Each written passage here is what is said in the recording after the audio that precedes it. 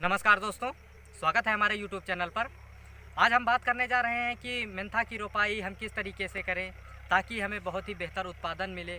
जो हम लोग हर वर्ष करते आ रहे हैं, इस बार हम कुछ नया करेंगे और नई तकनीकियों के साथ, नए मॉडल के साथ मेंथा की फसल की रोपाई करेंगे और बहुत ही बेहतर उत्पादन लेंगे, बहुत ही शानदार उत्पादन मिलेगा। क्योंकि कहीं ना कहीं ये जो आपको हम इस वीडियो के माध्यम से बताने जा रहे हैं, ये मॉडल एकदम नया है, बहुत ही कम लोग जानते हैं, बहुत ही कम लोग प्रयोग भी करते हैं। ये एकदम प्रैक्टिकल है और बहुत ही बेहतर है आप सभी के लिए।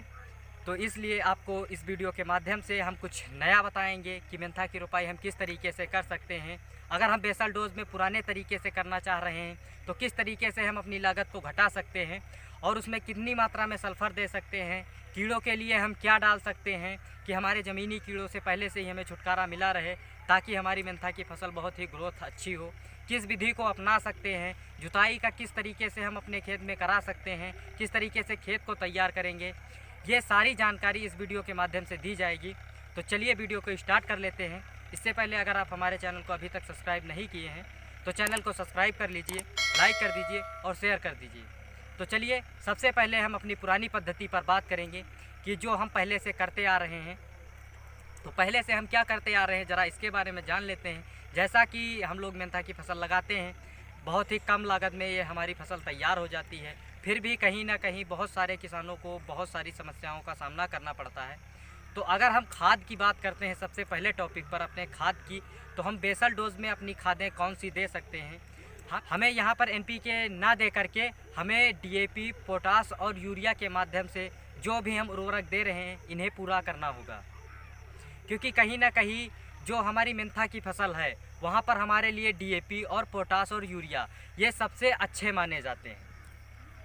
और अगर हम बात करते हैं कि इसमें और हम क्या दे सकते हैं, तो सबसे बेसल डोज में जो होगा वो हमारा कार्बोकार्ब्यूरान जाएगा। क्योंकि ज़मीनी कीड़ों के लिए हमें कार्बोकार्ब्यूरान की बहुत ही ज़्यादा ज़रूरत होती है। साथ ही इसमें कुछ मात्रा में नेमाटोड को रोकने की भी क्षमता होती है, इसलिए कार्बोकार्ब्यूरान का ही प्रयोग करें, बहुत ही बेहतर होगा। और अगर हम बात करते हैं, अगर आप आलू की खेती पहले कर रहे थे, उसमें अगर आप मेंथा की रोपाई कर रहे हैं तब आप माइकोराइज़ा ना डालें। अगर आप सरसों या फिर गेहूं की फसल के बाद अगर आप मेंथा लगा रहे हैं तो वहां पर आपको माइकोराइज़ा दे देना चाहिए। क्यों दे देना चाहिए? क्योंकि कहीं ना कहीं उस खेत में बहुत ही कम ताकत बचती है। क्योंकि आज की कंडीशन जो है खेत की, वो आप लोग मुझसे बेहतर जानते हैं। क्या हो रहा है हमारे साथ, इसके बारे में भी हमने कई वीडियो में डिफ़ाइन भी किया है। कैसे हमारे खेत में क्या हो रहा है, क्या कंडीशन बची है हमारी मिट्टी की, कैसे हम लागत पे लागत बढ़ाते जा रहे हैं। खैर इन बिंदुओं पर हम इस वीडियो के माध्यम से बात नहीं करेंगे। क्योंकि अगर हम अपना दूसरा टॉपिक पर बात करें तो दूसरा टॉपिक जो है वो है हमारा जुताई का। जुताई हमारे लिए कितनी इम्पोर्टेंट है, पहले इसको बारे में थोड़ा समझ लेते हैं। क्योंकि कहीं ना कहीं जुताई के कारण भी हमारी कभी कभार मेंथा बहुत ही स्लो ग्रोथ दिलाती है। साथ ही साथ हमें लागत पर लागत बढ़ानी पड़ती है।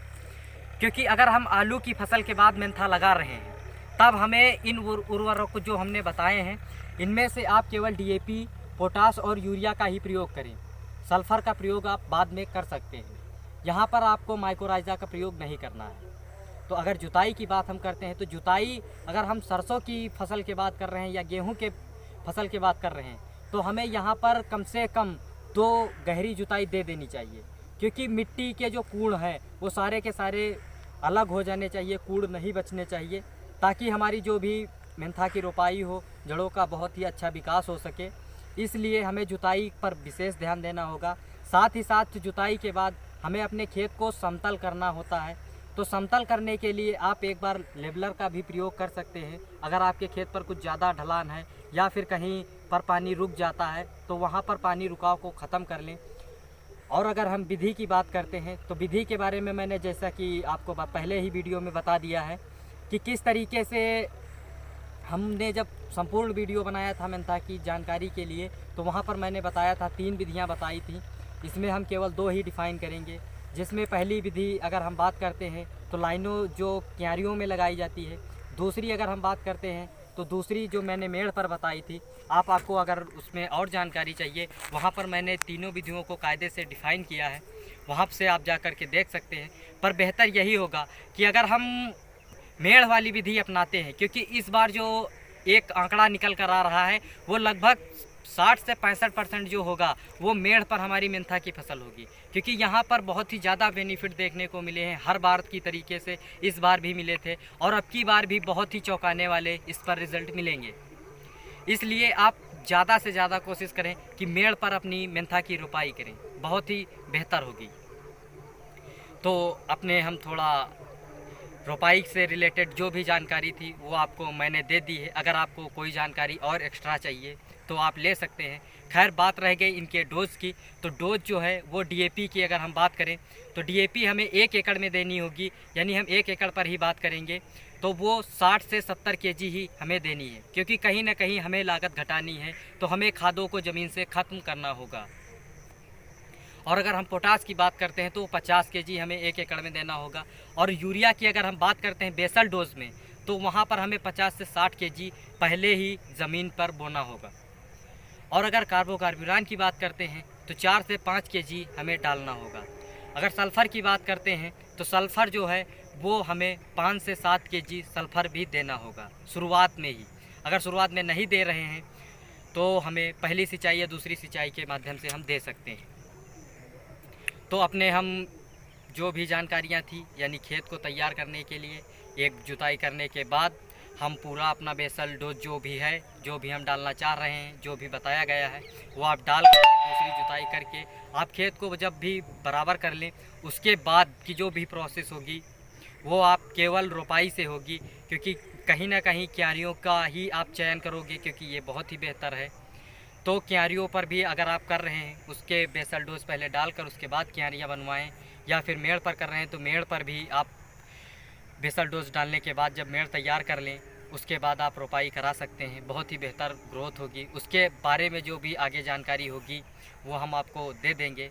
और अगर हम अपनी दूसरी विधि पर बात करें, जो केवल मैंने स्पेशली इस मॉडल पर एक बार पहले करवा चुके हैं, अब की बार दोबारा होगी, तो इसलिए पहले पर जो भी रिज़ल्ट मिले हैं, जो भी अनुभव रहे हैं, या अब की बार मैंने सरसों पर भी ये प्रयोग किए हैं। अगर सरसों के रिज़ल्ट बहुत ही शानदार मिले हैं, जिस दिन आपको उस खेत के पास जाएंगे उस दिन आपको दिखा देंगे कि क्या रिज़ल्ट मिले हैं हमें, कैसे अपने लागत को हम घटा सकते हैं। तो खैर, ज़्यादा उस टॉपिक पर अभी बात नहीं करेंगे। तो सबसे पहले हम बात कर लेते हैं अपने मेंथा में हम कैसे अपनी खाद को ख़त्म कर सकते हैं, क्योंकि खाद को ख़त्म करना ही हमारी लागत को आधा करना होगा। क्योंकि अगर हम कहीं ना कहीं खाद को ख़त्म कर रहे हैं तो भी हमें बहुत ही बेहतर फसल उत्पादन मिल सकते हैं, क्योंकि आजकल लोग बहुत ही केवल खाद पर डिपेंड होते जा रहे हैं, क्योंकि कहीं ना कहीं उन्हें मानना भी है, उनकी दिमाग में एक ही मोटी परत बन चुकी है कि खाद के सिवा हमारी खेती नहीं हो सकती, खाद के बिना भी हमारी खेती हो सकती है। जैसा कि हम आपको अब की बार सरसों का रिज़ल्ट दिखाएंगे, आप चौंक जाओगे कि कितनी लागत में मैंने तैयार कर ली। हमें बहुत सारे लोगों के मन में एक सवाल उठता होगा, अगर हम डीएपी, पोटास और यूरिया का प्रयोग ना करें तो हम करें क्या। तो हमारा मेन विषय जो है यही है, हम करें क्या, हम किस तरीके से अपने डीएपी की पूर्ति कर सकते हैं, किस तरीके से हम अपनी पोटास की पूर्ति कर सकते हैं, किस तरीके से हम अपनी यूरिया की पूर्ति कर सकते हैं। साथ ही साथ जो भी हम सल्फ़र यूज़ करना चाह रहे हैं, जो भी हम और मटेरियल डालना चाह रहे हैं, ये मटेरियल हम डालते रहें। साथ ही साथ हमें केवल अगर हम डीएपी, पोटास की, यूरिया, ये 3 ही अगर बेसिक जो हैं वो अगर ये 3 ही केवल हम घटा लेते हैं अपने खेत में तो हमारी लागत आधी हो सकती है। तो चलिए ज़्यादा नहीं बात करेंगे, जब बताएंगे क्यों ज़रूरी है तब आप जब भी अगला वीडियो आएगा 2, 4, 10 दिन में, उसमें मैंने खूब कायदे से आपको डिफ़ाइन कर रखा है कि किस तरीके से हम अभी अपने खेत को से ये सारे उर्वरक हटाने हैं। तो मेंथा में स्पेशली बात कर लेते हैं। तो अगर मेंथा की आप अगर नए मॉडल से करना चाह रहे हैं तो हमें केवल कुछ नहीं करना होगा, वहाँ पर केवल 4 से 5 केजी कार्बोकार्बोरान और 2 केजी माइकोराइजा 1 एकड़ में और 5 किलो सल्फ़र, 5 से 7 किलो सल्फ़र हमें 1 एकड़ में डाल लेनी है। बस इतना ही करके हमें, अगर हम क्यारियों में लगाना चाह रहे हैं तो क्यारियों में लगा लें, अगर मेड़ पर लगाना चाह रहे हैं तो मेड़ बनवा दें अपने खेत में, उसके बाद हम रोपाई कर दें। और जब हम दूसरी सिंचाई करें, यानी रोपाई के बाद जो अगली सिंचाई हमारी पहली सिंचाई होगी, उस सिंचाई के साथ हम जो भी हमारे उर्वरक हैं उनकी पूर्ति करेंगे।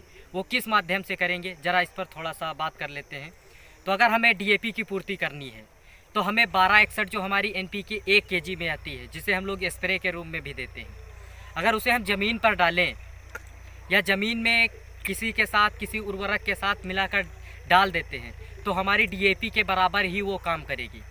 अगर हम पोटास की पूर्ति करना चाह रहे हैं तो वहाँ पर हमें 0050 का अगर हम प्रयोग कर लेते हैं, जो हमारी एनपीके आती है पैकेट में 1 केजी में, 2 केजी में, 5 केजी में आती है, अगर हम इन पैकेटों पर केवल निर्भर हो जाएं तो हमें बोरियों को छोड़ देना चाहिए, क्योंकि ये कहीं ना कहीं हमारी बहुत ही सस्ती पड़ेंगी और बहुत ही बेहतर रिज़ल्ट देंगी। हमारी मिट्टी में जो एक्स्ट्रा उर्वरक पड़े रह जाते हैं वो कहीं ना कहीं हमारे खेत में फिर से मेरे पौधे को मिलना शुरू हो जाएंगे। बहुत ही जानदार होगा, बहुत ही शानदार रिज़ल्ट मिले इसके। तो आप अगर करना चाह रहे हैं तो कर सकते हैं। हमें डीएपी का प्रयोग नहीं करना है, उसके साथ डीएपी की जगह पर हमें पहली सिंचाई में 1261 का प्रयोग कर लेना है। डोज बता दें, अगर 1 एकड़ में तो हमें 5 से 7 केजी 1 एकड़ में प्रयोग कर सकते हैं। और अगर पोटास की जगह पर अगर हम 0050 करना चाह रहे हैं तो वहाँ पर भी हम 5 केजी कर सकते हैं 1 एकड़ में आराम से, क्योंकि इससे हमारी होगी कि अब बहुत लागत घट जाएगी। अगर जहाँ पर हम डीएपी ला रहे हैं उसके आधे रेट में हम एनपीके के रूप में पूर्ति कर सकते हैं। पोटास जो जितनी रेट में ला रहे हैं उससे आधे रेट पर ही हम अपनी पोटास की पूर्ति कर सकते हैं। बात रह गई यूरिया की, तो यूरिया जो है अगर हम साथ ही साथ अगर इन पैकेटों के साथ कर रहे हैं तो वहाँ पर केवल हमें 45 केजी ही डालना होगा।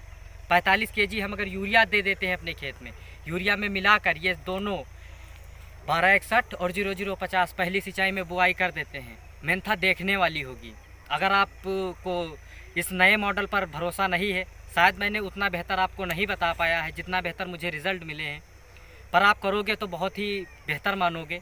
इसलिए आप कुछ हिस्से पर अपने कर लीजिए, क्योंकि शायद आपको विश्वास ना हो, इसलिए आप कुछ हिस्से पर करें, बहुत ही बेहतर रिज़ल्ट मिलेंगे। और अगला जो हम वीडियो आपको देंगे वो कीटों पर होगा। हम डेट आपको निर्धारित कर देंगे, कहीं ना कहीं आपके जहाँ पर आप 7-8 स्प्रे देते हैं कीटों के लिए, वहाँ पर हम आपको 4 या 5 स्प्रे में ही आपकी मेंथा की फसल तैयार हो जाएगी। ऐसा मॉडल देंगे, किस समय डालना है, कब डालना है, कैसे डालना है, ये सारी चीज़ें हम आपको अगले वीडियो के माध्यम से कीट के ऊपर पर्सनली बनाकर दे देंगे मेंथा में। तो इसी के साथ हम अपना वीडियो समाप्त करते हैं। और अगर आपकी कोई जानकारी चाहिए तो आप कमेंट कर सकते हैं। तो मिलते हैं नेक्स्ट वीडियो में, तब तक के लिए धन्यवाद।